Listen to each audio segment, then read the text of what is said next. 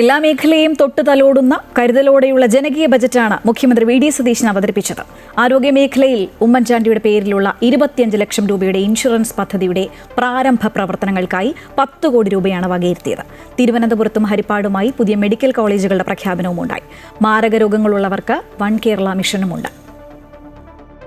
1.69 lakh crore revenue വരവും 2.05 lakh crore revenue ചെലവും 35,355 കോടി റവന്യൂ കമ്മിയും പ്രതീക്ഷിക്കുന്ന ബജറ്റാണ് മുഖ്യമന്ത്രിയും ധനകാര്യമന്ത്രിയുമായ വി ഡി സതീശൻ അവതരിപ്പിച്ചത്. ആരോഗ്യ മേഖലയിലെ കരുതലിന് ഒരു കുടുംബത്തിന് 25 ലക്ഷം രൂപയുടെ ഉമ്മൻചാണ്ടി ആരോഗ്യ ഇൻഷുറൻസ് പദ്ധതിയുടെ പ്രാരംഭ പ്രവർത്തനങ്ങൾക്കായി 10 കോടി രൂപ വകയിരുത്തി.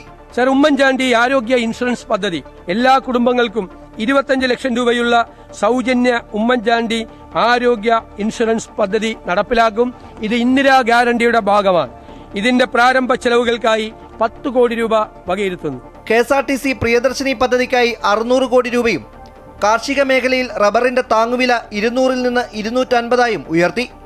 ക്ഷീരവികസനത്തിന് 102 കോടി രൂപ മാറ്റിവെച്ചത് കൂടാതെ മനുഷ്യ വന്യമൃഗ സംഘർഷം ലഘൂകരിക്കാൻ ആധുനിക സാങ്കേതിക വിദ്യ സജ്ജമാക്കാൻ 192 കോടി രൂപ വകയിരുത്തി.